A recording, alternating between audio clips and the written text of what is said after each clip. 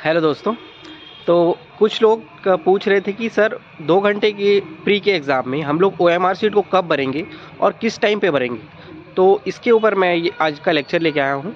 तो इसमें मैं ये नहीं बताऊँगा कि पूरा गोला भरना चाहिए, आधा गोला भरना चाहिए, आपको पूरा ही गोला भरना है, तभी आपके मार्क्स जुड़ेंगे उसमें।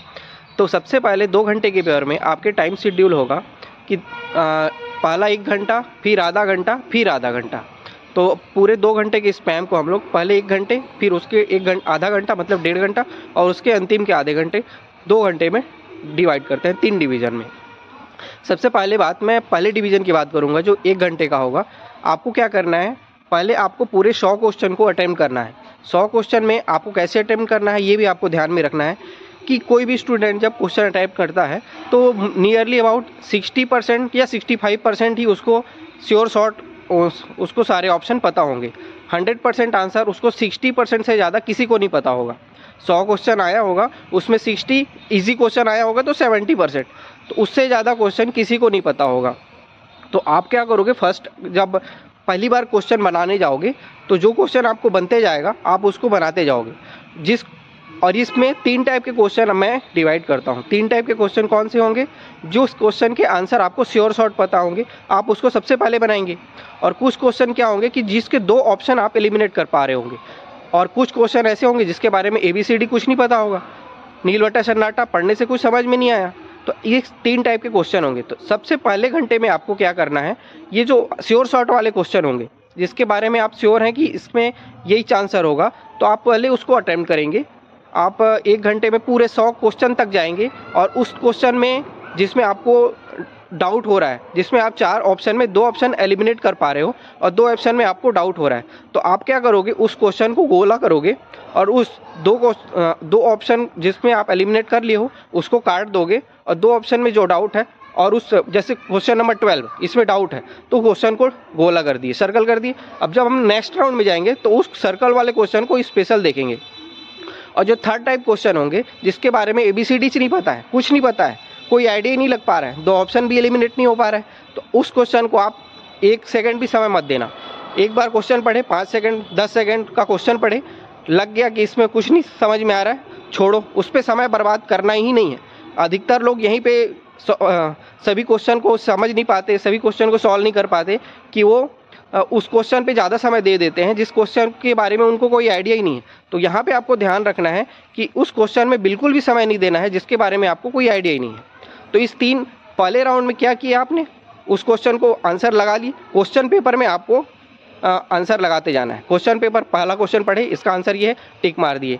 फिर सेकंड क्वेश्चन पढ़े, 2 ऑप्शन में डाउट हो रहा है तो क्वेश्चन में सर्कल कर दिए, सेकंड नंबर वाला क्वेश्चन को सर्कल कर दिए। सेकंड राउंड में आऊँगा तो इसको देखूंगा। तीसरा क्वेश्चन देखे, इसमें तो कुछ समझ में नहीं आ रहा है, छोड़ो, उसको ज़्यादा दिमाग नहीं लगाना है, छोड़ो। फिर इसी तरीके से आगे बढ़ते बढ़ते आपको 100 क्वेश्चन तक जाना है। ये 1 घंटे में हो जाता है, पहले 1 घंटे में ये प्रोसेस हो जाता है। अब आओगे इस प्रोसेस में आप OMR शीट को नहीं भरोगे। सेकेंड राउंड में जो आधा घंटा वाला प्रोसेस है, 1 घंटे से 1.5 घंटे वाला समय है, उसमें क्या करोगे, फिर शुरू से आओगे और शुरू से आने के बाद ये फिर से क्वेश्चन पढ़ोगे और एक बार कंफर्मेशन करोगे कि आपने जो ऑप्शन लगाया है वो एकदम सही है। तो पहला क्वेश्चन जो श्योर शॉर्ट लगाया था फिर से एक बार पढ़ोगे आप कि इसमें कुछ गलती तो नहीं है। कभी कभी ऐसा होता है कि हाँ, दिमाग में back of mind Narayanpur answer होता है, लेकिन हाँ उसमें कोंडा गाँव लग गया होता है, तो थोड़ी सिली मिस्टेक भी हो जाती है, तो वो मिस्टेक भी नहीं करना है। तो उसमें श्योर लग गया। पहले पेज में मान लो 5 क्वेश्चन है, तो उस 5 क्वेश्चन में पहले 5 क्वेश्चन को पढ़ोगे श्योर शॉर्ट वाले, फिर से कंफर्म किए, हाँ सही है, लगा दिए। सेकंड क्वेश्चन 2 ऑप्शन में एलिमिनेट करना था, 2 ऑप्शन बचे थे, इसमें आप फाइनल आपको डिसीजन लेना है कि आपको लगाना है कि नहीं लगाना है। मैं बोलता हूँ अगर आपको 50% क्वेश्चन में लग रहा है कि ये सही हो सकता है तो आप रिस्क लो और उस पर टिक करो, और उस पर टिक करोगे आप, और इस तरीके से वो क्वेश्चन भी आपका सॉल्व हो जाएगा। जिस क्वेश्चन में आपको कोई आइडिया ही नहीं हो रहा है उसको गैस करने की कोई ज़रूरत नहीं है। थोड़ा मोड़ा गैस हो रहा है तो करो, नहीं तो छोड़ दो, कोई ज़रूरत नहीं है ऐसे क्वेश्चन को अटेम्प्ट करने का फिजूल का। सपोज पहले क्वेश्चन में पहले पेज में 5 क्वेश्चन थे, 5 क्वेश्चन को आपने अटेम्प्ट किया, ये फाइनल टच होता है। इस फाइनल टच होने के बाद आप OMR को यहीं पे भरोगे। 1 घंटे से 1.5 घंटे वाला जो प्रोसेस है इसी में भरोगे। तो अधिकतर लोग क्या करेंगे, अंतिम में भरने की सोचते हैं, तो अंतिम में क्या हड़बड़ी हो जाता है और हड़बड़ी में फिर गड़बड़ी हो जाता है। फिर OMR में गलती होती है और पूरा खेल ही बिगड़ जाता है। तो ये गलती आपको नहीं करना है। 1 घंटे खत्म होने के बाद जो 1 से 1.5 घंटे वाला समय होता है, वहीं पे आपको OMR भरना है। और पहले पेज का कंफर्म किया और तुरंत उस 5 क्वेश्चन को OMR में लिए, 5 क्वेश्चन को OMR में फिल कर लिया। सेकंड पेज खोला, 5 से 10 क्वेश्चन, थर्ड पेज खोला, 6 से 10 क्वेश्चन। इस तरीके से पेज वाइज पेज कंफर्म करते जाना है और फिर OMR को भरते जाना है। ये प्रोसेस आपको फिर से एक बार पढ़ के सॉल्व करके OMR भरना है। मैं इस पे आधे घंटे का समय मांगता हूँ, तो 1 से 1.5 घंटे वाला समय आपको सेकेंड राउंड के लिए जाता है। अब आपको क्या करना है, थर्ड राउंड में आना है, जो आपको 1.5 घंटे से 2 घंटे वाला समय बचता है। इसमें आप फिर से एक बार शुरू से क्वेश्चन पढ़ोगे, जिसमें आप मैंने बताया कि जिसमें कोई लॉजिक ही नहीं लग रहा था। और फिर तो आप क्या करोगे, थर्ड राउंड में इनको समय दोगे। फर्स्ट राउंड में भी समय नहीं दिया था, सेकंड राउंड में भी समय नहीं दिया था। आपके को इन क्वेश्चन को तभी इज्जत देना है जब आपके पास समय बचा हो। आपके पास समय नहीं है तो इनको इज्जत देने की कोई ज़रूरत नहीं है। तो थर्ड स्टेज में जब आप आओगे, जो 1.5 घंटे के बाद वाला समय होगा, इसमें आप क्या करोगे, इन क्वेश्चन को एक बार पढ़ोगे। पहले घंटे में नहीं पढ़ना है, समय बर्बाद नहीं करना है।